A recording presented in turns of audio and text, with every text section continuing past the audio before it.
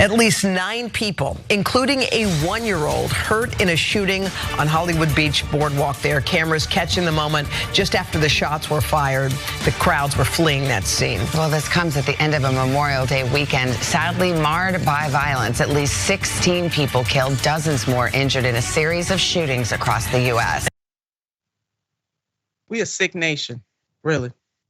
And this fascination with guns, it plays itself out every single day, and it doesn't matter holidays or not.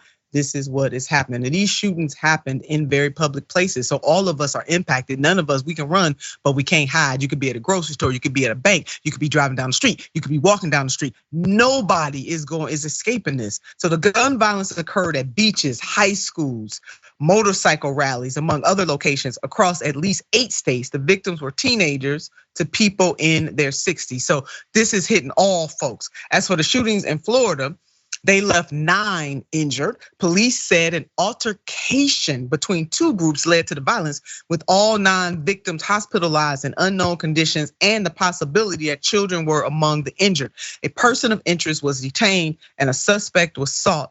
Hollywood police spokesperson Deanna said at a nighttime news conference, so this is coming, they know against. They don't care who they killing and shooting.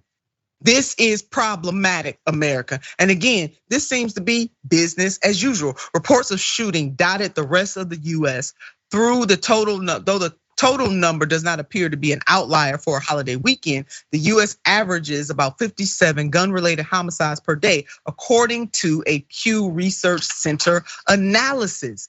Now, as we look at the map from Gun Violence Archives, it's another stark reminder of how prevalent gun violence is. We should not be comfortable with this. We had gun violence happen right here in my home area. We talk about it and then just go back to business as usual.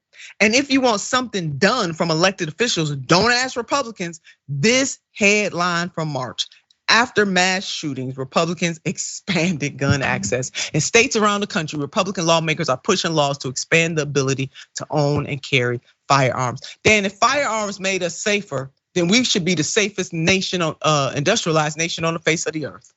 Same, if cops made us safer, if prisons made us safer, we have more of that than everything else.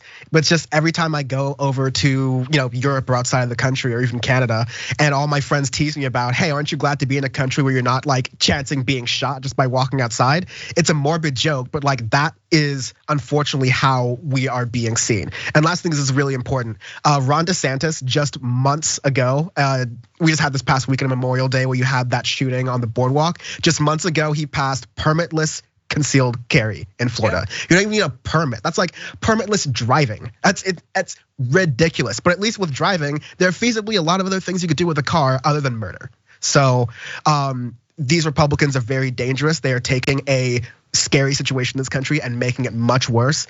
And yeah, unfortunately, we just have to be vigilant about it.